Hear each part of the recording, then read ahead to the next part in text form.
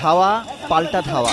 সকাল থেকে রাত ঢাকা বিশ্ববিদ্যালয়ে দফায় দফায় সংঘর্ষে জড়িয়ে পড়ে পুলিশ ও আন্দোলনরত শিক্ষার্থীরা। দাবি আদায় না করে ঘরে ফিরবেই না বলছে বিক্ষোভকারীরা। যখন আমরা বাধা পেরিয়ে আসছিলাম তখন আমাদের উদ্দেশ্যে গ্রেনেড ছোড়া হয়। এই সাহস পুলিশ কোথায় পেল? পুলিশকে এই ক্যাম্পাসে ঢোকার অনুমতি কে দিল? কোটা সংস্কার আন্দোলন ঘিরে মঙ্গলবার সংঘর্ষের পর ঢাকা বিশ্ববিদ্যালয়ের পরিস্থিতি নিয়ন্ত্রণে বুধবার সকালে অনুষ্ঠিত হয় সিন্ডিকেটের জরুরি সভা। অনির্দিষ্টকালের জন্য বন্ধ ঘোষণা করা হয় বিশ্ববিদ্যালয়। সন্ধ্যা ৬টার মধ্যে হল ছাড়ার নির্দেশ দেওয়া হয় শিক্ষার্থীদের। এছাড়া ক্যাম্পাসে পুলিশের পাশাপাশি টহল দিতে দেখা যায় বিজিবিকে।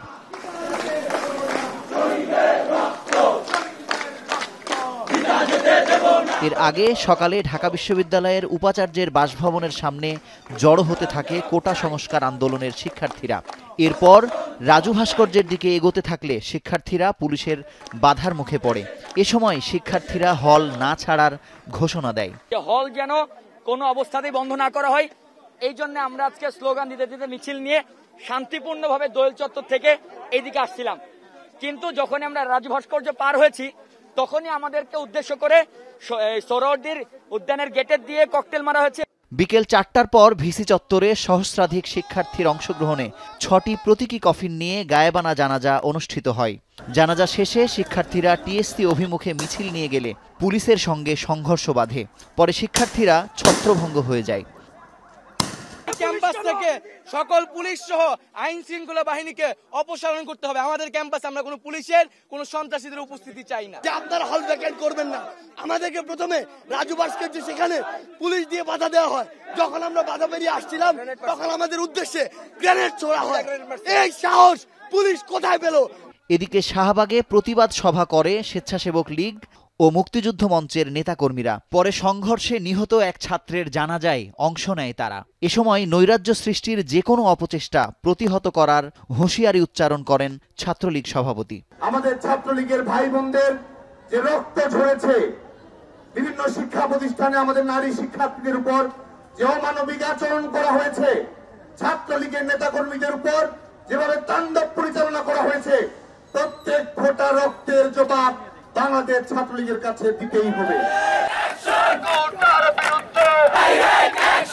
ক্যাম্পাসে ক্যাম্পাসে ছড়িয়ে পড়া বিক্ষোভের জেরে রাজশাহী ও জাহাঙ্গীরনগর বিশ্ববিদ্যালয়ের উপাচার্যকে অবরুদ্ধ করে রাখে শিক্ষার্থীরা। ঢাকা বিশ্ববিদ্যালয়ে রোকেয়া হলের প্রাধ্যক্ষকে অজ্ঞাত স্থানে আটকে রাখার অভিযোগও পাওয়া গেছে। পাশাপাশি শহীদুল্লাহ হলের প্রাধ্যক্ষের সঙ্গে বৈঠকে হলে ছাত্র রাজনীতি নিষিদ্ধের পক্ষে প্রশাসনকে সম্মত করায় শিক্ষার্থীরা।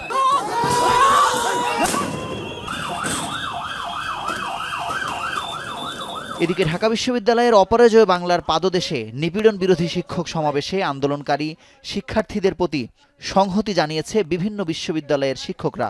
উপাচার্যের সঙ্গে বৈঠক করে নিহতের ঘটনায় জড়িতদের দৃষ্টান্তমূলক শাস্তির পাশাপাশি আহতদের জন্য ক্ষতিপূরণের দাবি করেন তারা।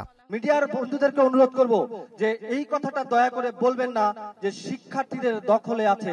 বিশ্ববিদ্যালয়ের শিক্ষার্থীরা বিশ্ববিদ্যালয়ের হলে তাদের অধিকার প্রতিষ্ঠিত করেছে, তারা দখল করতে চায় না। আপনারা যারা তাদের ভাষা বোঝেন না, আপনারা যারা তাদের পালস বোঝেন না, আপনারা তো তাদের কষ্ট বোঝেনই না। সংহতি জানিয়ে আমরা আসলে লজ্জিত হচ্ছি, কারণ আমরা আমাদের ছাত্রদেরকে নিরাপদ রাখতে পারি নাই।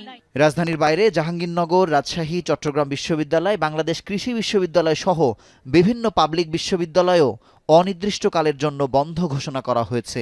হল ছাড়ার নির্দেশ দেওয়া হয়েছে শিক্ষার্থীদের। তবে স্বল্প সংখ্যক শিক্ষার্থীরা হল ছাড়লেও অধিকাংশই রয়ে গেছে আবাসিক হলেই।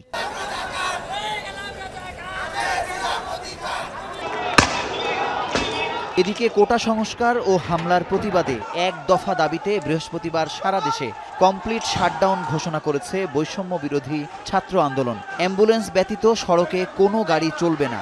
হাসপাতাল ও জরুরি সেবা ছাড়া কোনো প্রতিষ্ঠান না খোলার আহ্বান আন্দোলনকারীদের। মুজাহিদ শুভ, এখন, ঢাকা।